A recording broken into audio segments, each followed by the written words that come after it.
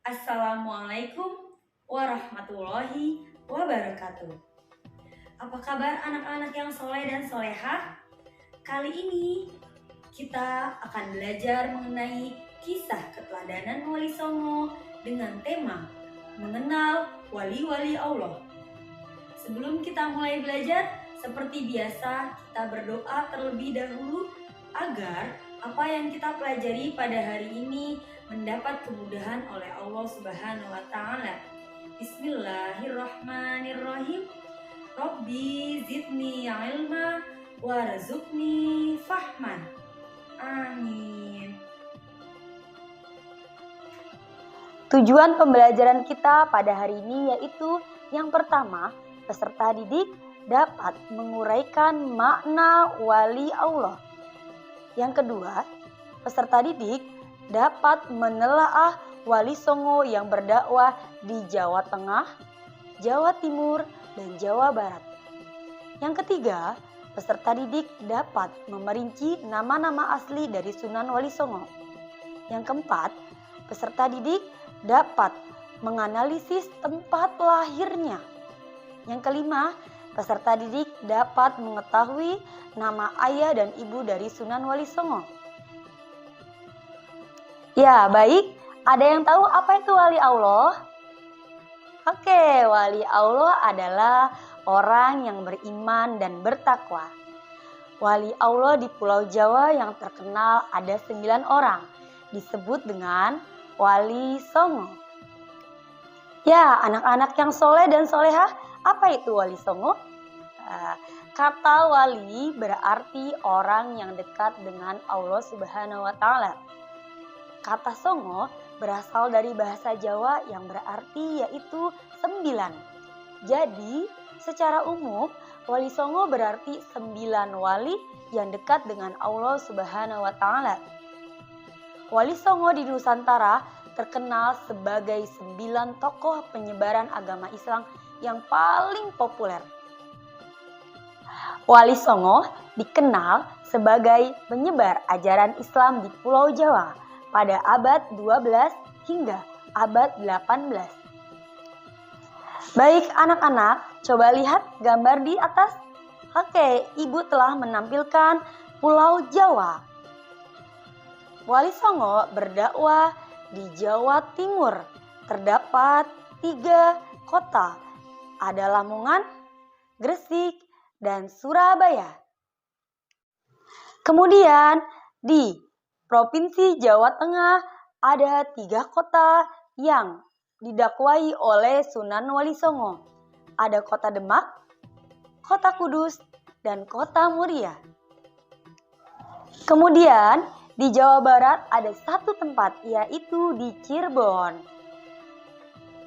Baik, anak-anak yang soleh dan solehah, kali ini Ibu akan menjelaskan lebih detail, lebih jelas mengenai Sunan Wali Songo yang berdakwah di Jawa Timur. Yang pertama yaitu Sunan Gresik. Sunan Gresik memiliki nama asli yaitu Maulana Malik Ibrahim. Beliau disebut juga dengan nama Sunan Gresik, Sunan Tandes, atau Sunan Raja Wali. Sunan Gresik ini beliau putra dari Syekh Jumadil Kubro. Beliau datang di Pulau Jawa pada tahun 1404 Masehi dan wafat pada tanggal 4 April 1419 Masehi. Sunan Gresik ini dimakamkan di Desa Gapura, Gresik, Jawa Timur. Kemudian Sunan yang berdakwah di Jawa Timur yang kedua yaitu Sunan Ampel. Sunan Ampel memiliki nama asli adalah Raden Rahmat. Beliau putra dari Ibrahim Asmarakandi dan Dewi Condrowulan. Sunan Ampel ini lahir pada tahun 1401 Masehi dan wafat pada tahun 1478 Masehi. Nama asli Ampel diambil dari nama tempat beliau lama bermukim, yaitu daerah Ampel, Denta, Surabaya. Yang ketiga, Sunan yang berdakwah di Jawa Timur yaitu Sunan Giri. Sunan Giri memiliki nama asli yaitu Raden Paku atau Joko Samudra. Beliau kelahiran Blambangan, Banyuwangi, Jawa Timur. Sunan Giri ini hidup pada tahun 1442 hingga 1506 Masehi. Beliau adalah putra dari Syekh Maulana Ishaq dan putri Sekar Dadu. Sunan Giri ini beliau sekarang dimakamkan di Bukit Giri Gajah, Dusun Kedatan. Selanjutnya yaitu Sunan yang berdakwah di Jawa Timur yaitu Sunan Derajat. Sunan Derajat memiliki nama asli yaitu Raden Kosim. Beliau lahir pada tahun 1470 Masehi hingga 1522 Masehi. Beliau merupakan putra bungsu dari Sunan Ampel dan beliau ini adik dari Sunan Bonang. Makam beliau sekarang ada di Desa Derajat, Kecamatan Pacitan, Kabupaten Lamongan, Jawa Timur. Selanjutnya, Sunan Wali Songo yang berdakwah di Jawa Timur yaitu ada Sunan Bonang. Sunan Bonang memiliki nama asli yaitu Raden Makdum Ibrahim. Beliau hidup pada tahun 1465 hingga 1525 Masehi. Beliau ini putra keempat dari Sunan Ampel. Ya, beliau sekarang dimakamkan di Tuban, Jawa Timur. Selanjutnya, Sunan yang berdakwah di Jawa Tengah yaitu ada Sunan Kudus. Sunan Kudus memiliki nama asli yaitu Ja'far Shodiq. Beliau putra dari Usman Haji dan Nyi Anom Manyuran. Sunan Kudus ini memiliki peninggalan yang sampai saat ini berdiri kokoh yaitu Masjid Agung Kudus dan Menara Kudus. Sunan Kudus wafat pada tahun 1550 Masehi dan sekarang dimakamkan di bagian belakang komplek Masjid Agung Kudus. Selanjutnya Sunan yang berdakwah di Jawa Tengah yaitu ada Sunan Kalijaga.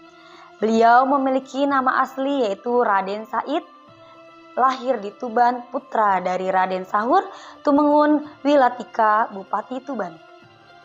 Beliau ini mendirikan Masjid Agung Demak dengan soko totalnya, kesenian wayang kulit dengan gamelannya, dan mengubah lagu Ilir-Ilir dan Gundul-Gundul Pacul. Sunan Kalijaga ini wafat di Desa Kadilangu. Selanjutnya, Wali Songo yang berdakwah di Jawa Tengah yaitu ada Sunan Muria. Sunan Muria lahir dengan nama asli Umar Said. Beliau adalah putra Sunan Kalijaga dan Dewi Sarah. Sunan Muria ini sekarang dimakamkan di puncak Bukit Lereng, Gunung Muria, Kecamatan Colo, Kudus.